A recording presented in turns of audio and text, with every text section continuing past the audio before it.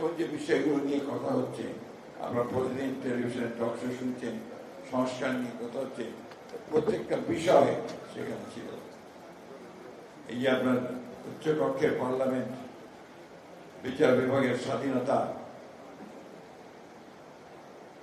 প্রশাসনের সংস্কার, সব মিলিয়ে কিন্তু এই বিষয় 2030 দেওয়া হয়েছিল। একইভাবে আমাদের নেতা যেমন তারেক রহমান সাহেব, তিনি 2022 সালে 31 দফা কর্মসূচি দিয়েছিলেন, এটার মধ্যে আমূল রাজনৈতিক ও অর্থনৈতিক পরিকল্পনার কথা বলা হয়েছে, এই পরিবর্তনের কথা বলা হয়েছে। এখন রাতারাতি সম্ভব না। অনেকে মনে করছেন যে কয়েকজন লোক সংস্কার যারা করছেন তারা কতগুলো বৈঠক করে আপনার সংস্কারের কত বিষয় নিয়ে এসে জনগণকে দিয়ে দিলেন আর সংস্কার হয়ে গেল। সেভাবে সংস্কার হয় না। সংস্কার হতে হবে একটা প্রক্রিয়ার মধ্য দিয়ে। It's a continuous process. আপনি চাইলেন আর কালকে পুলিশ ঘুষ খাওয়া বন্ধ করে দেবে, এটা মনে করার কোনো কারণ নাই। স্ট্রাকচারটা তৈরি করতে হবে এমন ভাবে যাতে করে সে ঘুষ না খায়। ঠিক একইভাবে আমাদের যে আমলাতন্ত্র, এই আমলাতন্ত্র এটা আমাদের উন্নয়নের পথে একটা বড় বাধা। Negative bureaucracy. নেগেটিভ ব্যুরোক্রেসিকে পজিটিভ ব্যুরোক্রেসি করতে হবে। তার জন্য যা যা করা দরকার, অর্থাৎ মূল কাজ হচ্ছে জনগণের সঙ্গে সম্পৃক্ত করা, সেই বিষয়গুলো করতে হবে। অর্থাৎ রাজনৈতিক দলগুলোর মূল লক্ষ্য হওয়া উচিত জনগণের কাছে চলে যাওয়া, জনগণের কাছ থেকে তাদের কি প্রয়োজন তাদেরকে শিক্ষা গ্রহণ করে সেটাকে নিয়ে এসে আপনার দেশ পরিচালনা করার ব্যবস্থা করা। এখন জনগণের প্রতিনিধি আমরা নির্বাচন করতে গেলে বলবো যে বিএনপি শুধু নির্বাচন চায়। নির্বাচন কেন চাই সেদিকে ভালো করে চিন্তা করুন, অবকাশই পায় না। নির্বাচন না হলে আমি প্রতিনিধি নির্বাচন করবো কি করে? আর প্রতিনিধি নির্বাচন না হলে সে পার্লামেন্টে যাবে কি করে?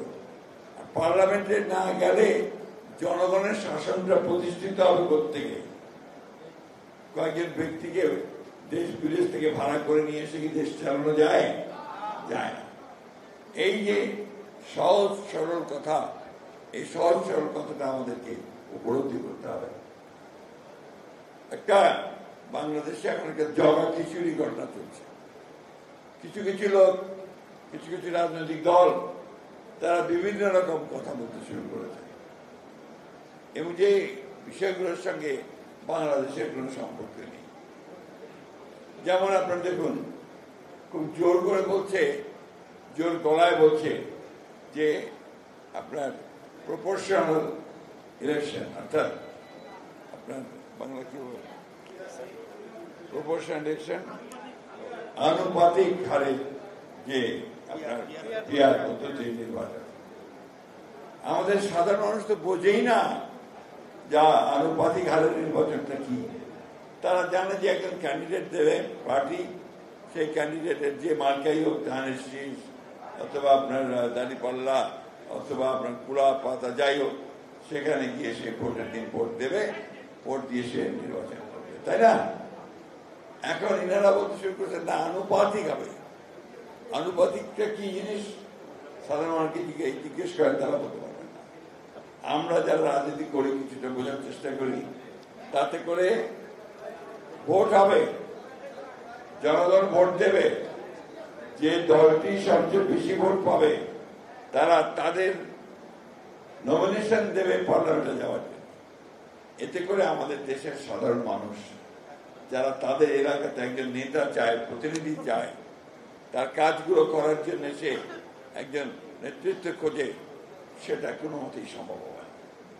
আমরা এই কারণেই বলেছি যে লোয়ার যে আপনার পার্লামেন্ট, অর্থাৎ নিম্ন কক্ষের যে পার্লামেন্ট, সেই পার্লামেন্টে আমরা এই আনুপাতিক হারে নির্বাচন কথা আমরা চিন্তা করি না।